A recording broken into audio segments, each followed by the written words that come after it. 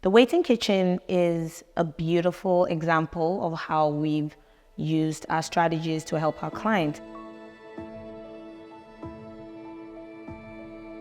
They actually wanted a closed-off kitchen, and we helped them achieve a little tucked away without it being full frontal and right in the middle of the home.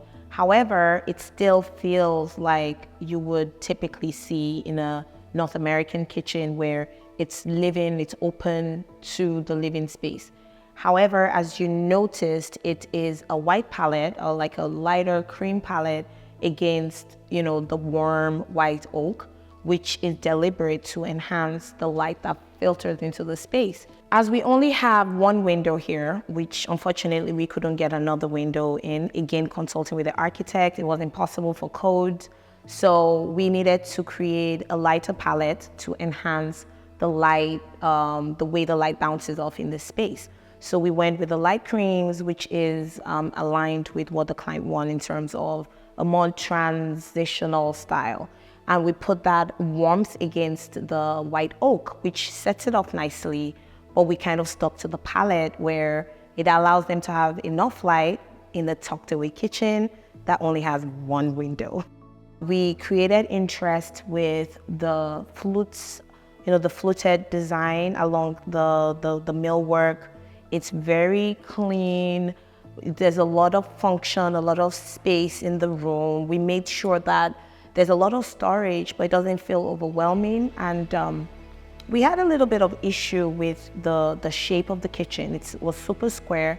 We had to reconfigure the island a couple times to make it fit for the family of 4 so that everyone can sit but doesn't feel like the island was overwhelming anything.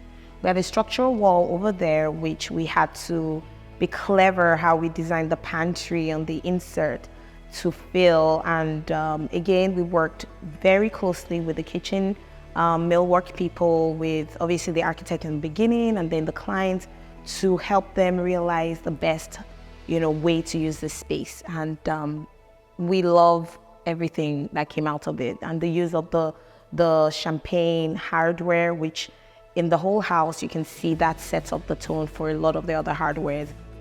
We created another high impact strategy by helping the client to figure out ways to spend versus splurge. And we did that in the space by helping them reduce the cost of the entire kitchen by a third, just by reconfiguring the way the millwork was put together, the amount of space, the drawers versus the pull-out ratio, because drawers cost a lot more. And so we kind of tweaked how we use that. And if you notice in the island, there's a fluted design, which is actually a clever way for us to bring high visual drama without the drama. And there was no need to put in too much to enhance the space. We again looked for ways to cut down on things around the use of the stone and the surface on the countertop by obviously opting for a sustainable white oak design, which was sourced locally and was both cheaper and more sustainable than using the stone, in all of this island. Another way we did the strategy was to help our clients save money by not putting all the storage all the way to the top. This is a little trade secret in the industry where you can achieve the look without necessarily spending the money. And we did that here because another way we rationalized it is how many people need to get up there to store anything anyway. So it was an easy fix for us, and it was a good way to help our clients. We created more room around the island by redistributing how the seats work here, but also wanted to give a visual interest within the space. Because the kitchen isn't the widest kitchen, it's actually more square in shape. It was harder to get a longer rectangular, center island in the space.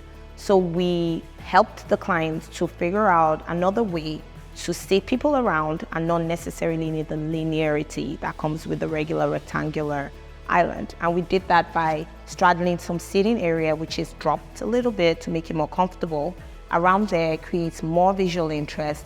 We get to show off some of the designs with the fluted white oak, which ties in with the hood right behind me.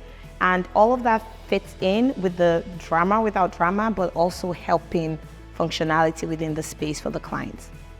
Sustainability was super important for the clients in the Weighton Project, and we achieved that in multiple ways. We went with the white oak panels, which were sourced locally. We also went above and beyond with their floors. The floors are white oak, and this is what a lot of designs are, a lot of interior design projects are using white oak these days, but with a little bit of a difference. We actually sourced locally made Canadian white oak. So we were able to do that for our clients, which was very, very important for them, and we're happy to do that. And we're able to source it at a decent price and not need, again, to break the bank to do it. We help the clients in many ways in the Weighton Project by helping them with the spend splurge interplay. We also help them a lot with the budget and getting more high impact, and we did that using sustainable products that are locally sourced. We went out of our way to look for ways to clad, the high double ceiling mantle within the space, where they were able to get the impact without necessarily splashing everything in a material that was too expensive. They didn't want glass for their stairs. We looked for ways to seamlessly design within the space where they didn't need glass, but it was also able to kind of tie in with the look and the easy, airy feel they needed within the space. We went with the paintings around the trim to create a little bit of an illusion to help the doorways look bigger. It made it look more, more custom and a little more high impact than if we hadn't done that. So we did a lot of color play using materials where it mattered to help them get the look and to help them get the impact and just the feel that they were going for within the space. And this is what we do in all of our design work, where we are constantly thinking about ways to bring more to the table for our clients, from the pre-design into the actual consultation and holding their hands to brand align or find ways to find new resources or materials that help them with their goal, whether it be for economic reasons or for sustainability, or as I mentioned, the allergy, in terms of some medical help or even neurodiversity. We literally help our clients holding their hands to make these decisions that usually need a lot of research, and we're here to help with that, and that's what we do.